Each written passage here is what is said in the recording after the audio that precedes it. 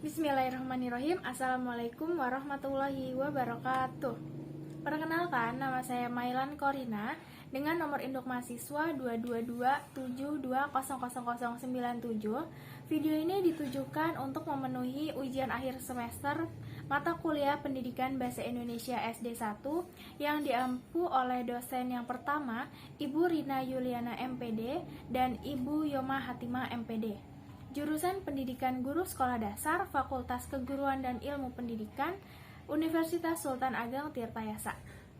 Pada pertemuan kali ini, saya akan membahas mengenai kalimat efektif yang terdapat pada kelas 3, tema 5, subtema 1. Nah, adapun kompetensi dasar dan indikator yang harus dicapai yaitu yang pertama ada dua kompetensi dasar. Yang pertama ada kompetensi dasar 3.3 yang membahas mengenai menggali informasi tentang perubahan cuaca dan pengaruhnya terhadap kehidupan manusia yang disajikan dalam bentuk lisan, tulis, visual, dan atau eksplorasi lingkungan.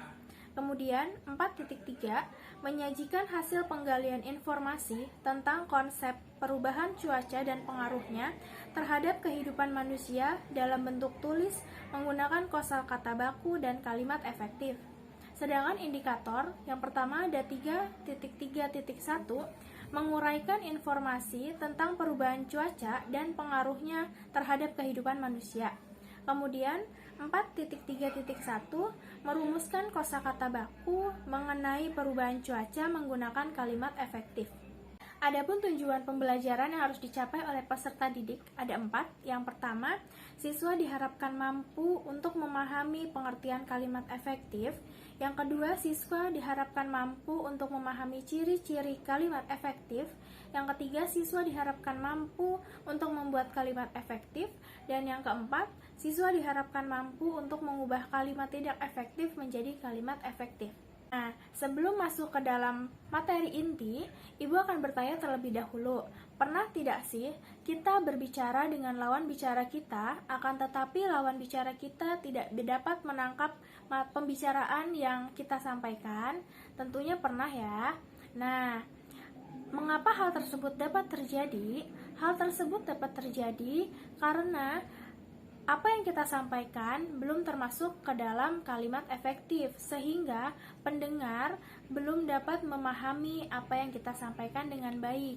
Sebelum masuk ke dalam inti materi mengenai kalimat efektif, tentunya kita harus mengetahui terlebih dahulu mengenai kalimat.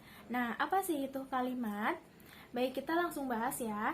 Kalimat adalah kumpulan dari beberapa kata yang minimal terdiri dari subjek dan predikat dan memiliki sifat yang dapat berdiri sendiri serta di dalamnya mengandung makna. Nah, apa sih yang dimaksud dengan subjek dan predikat? Subjek dan predikat merupakan struktur dari sebuah kalimat. Jadi, kumpulan dari kata-kata dapat disebut sebagai kalimat apabila di dalamnya terdiri minimal dari satu subjek dan satu predikat. Nah, subjek adalah pelaku atau seseorang yang terdapat di dalam sebuah kalimat. Di sini sudah terdapat contoh kalimat, yaitu ibu sangat hobi membuat rajut. Nah, kata ibu menduduki sebagai subjek karena ibu merupakan seseorang atau pelaku yang sangat hobi untuk membuat rajutan. Kemudian, sedangkan predikat yaitu perbuatan atau kegiatan yang dilakukan oleh subjek. Nah, sudah terdapat contoh kalimat yaitu ayah mencuci motor.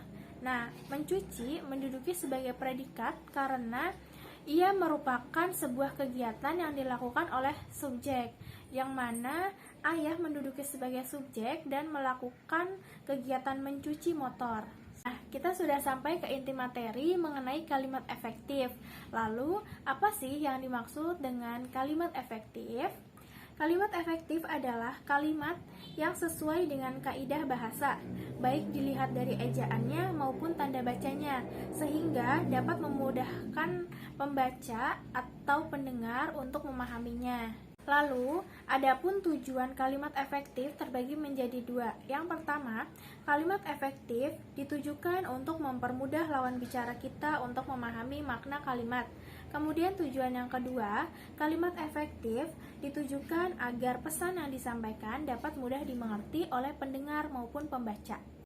Selanjutnya, syarat kalimat efektif. Syarat kalimat efektif terbagi menjadi 4. Yang pertama, sesuai dengan PUEB. PUEB merupakan kepanjangan dari Pedoman Umum Ejaan Bahasa Indonesia, yang mana di dalamnya berisi tentang pedoman menggunakan huruf kapital, pedoman menggunakan tanda baca yang baik dan benar, serta pedoman penggunaan kata baku.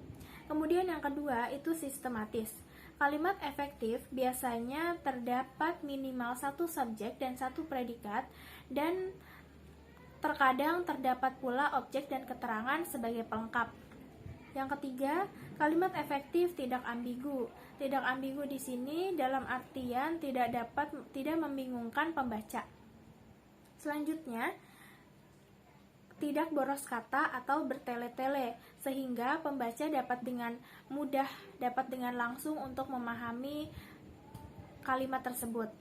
Selanjutnya yang akan kita bahas yaitu ciri-ciri kalimat efektif. Ada banyak ciri-ciri kalimat efektif yang akan kita bahas. Yang pertama yaitu struktur bahasa yang baik.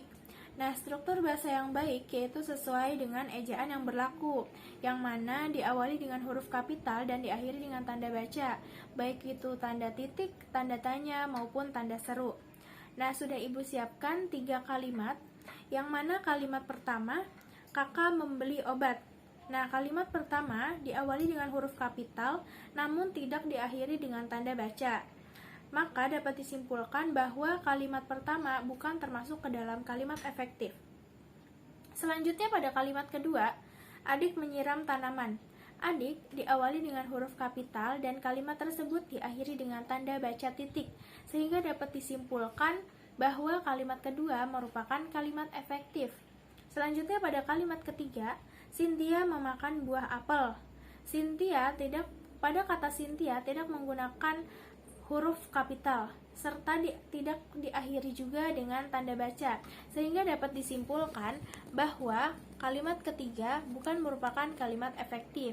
Nah, ciri yang kedua yaitu terstruktur. Maksud terstruktur di sini adalah susunan kalimat sesuai dengan SPOK atau subjek, predikat, objek, dan keterangan. Nah, salah satu contoh kalimat yaitu ibu membeli sayur di warung, yang mana ibu di sini menduduki sebagai subjek atau pelaku, membeli menduduki sebagai predikat atau kegiatan yang dilakukan oleh subjek, sayur menduduki sebagai objek yang mana merupakan pelengkap dari predikat, dan di warung menduduki sebagai keterangan yang mana pelengkap dari subjek, predikat, dan objek. Selanjutnya ada menggunakan kata hubung yang tepat. Nah, di sini tidak boleh menggunakan kata yang berada di depan predikat. Adapun contohnya yaitu Luna yang berjalan menuju ke arahku. Di sini berjalan menduduki sebagai predikat karena suatu kegiatan yang dilakukan oleh subjek atau Luna, sehingga di depan berjalan terdapat kata yang, sehingga dapat disimpulkan bahwa kalimat tersebut tidak efektif karena yang berada di depan predikat. Selanjutnya yang akan kita bahas yaitu contoh kalimat efektif. Nah, di sini sudah terdapat beberapa kata yang berhubungan mengenai perubahan cuaca. Yang pertama ada hujan, mendung, cerah, panas, matahari, dan petir. Yang mana di tiap kata tersebut terdapat contoh kalimat efektif di bawahnya. Yang pertama adalah kata hujan. Contoh kalimatnya, Dika berteduh di halte saat hujan. Kemudian pada kata mendung, ibu mengangkat jemuran ketika langit mendung. Selanjutnya pada kata cerah, Benny bermain badminton saat cuaca cerah. Kemudian pada kata panas, es teh cocok diminum saat cuaca panas. Selanjutnya pada kata matahari, saat siang hari, matahari terasa lebih terik. Dan yang terakhir pada kata petir, malam itu petir saling menyambar. Baik, sekian yang dapat Ibu sampaikan. Semoga materi hari ini dapat dimengerti dengan baik. Kurang dan lebihnya Ibu mohon maaf. Ibu tutup. Wassalamualaikum warahmatullahi wabarakatuh.